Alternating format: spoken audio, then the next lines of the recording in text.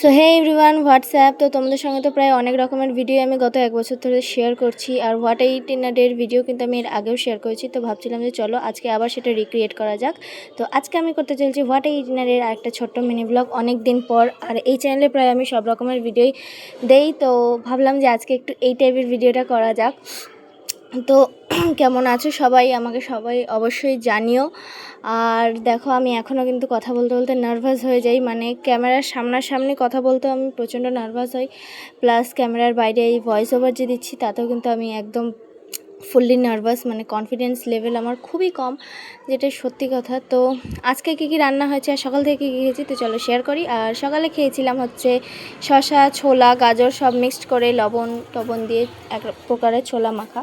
তো তারপরে খেয়েছিলাম হচ্ছে ডিম সেদ্ধ আর চাল কুমড়ো। আর দুপুরের লাঞ্চে ছিল সেদ্ধ আর পনিরের তরকারি, প্লাস ছিল হচ্ছে মাটন।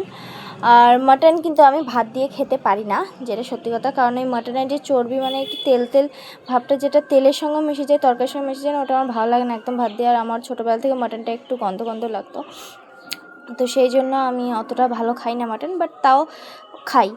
আর তারপরে খেয়েছিলাম হচ্ছে ম্যাগি, বিকেলবেলা খিদে পেয়েছিল। আর তারপরে আবার একটু পরে খেয়ে নিয়েছিলাম হচ্ছে এগ রোল। আর রাতের আমাদের মেনু ছিল হচ্ছে চিকেন। তো চিকেন হচ্ছে বাবার জন্য আনা হয়েছিল, যেহেতু বাবা মাটন খায় না।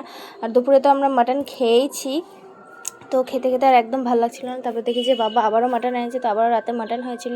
আর এই দেখো গাইস, জাস্ট এখানে চর্বির পিসটা, যদিও আমি চর্বি খাই না, জাস্ট তোমাদেরকে দেখানোর জন্য ভিডিওটা করেছিলাম। আর এমনি মাটনের চর্বি ছাড়া যে সলিড পিসগুলো, ওটা কিন্তু আমার খুব ভালো লাগে। আর তোমার কার কী লাগে অবশ্যই আমাকে জানিও। চলো টাটা।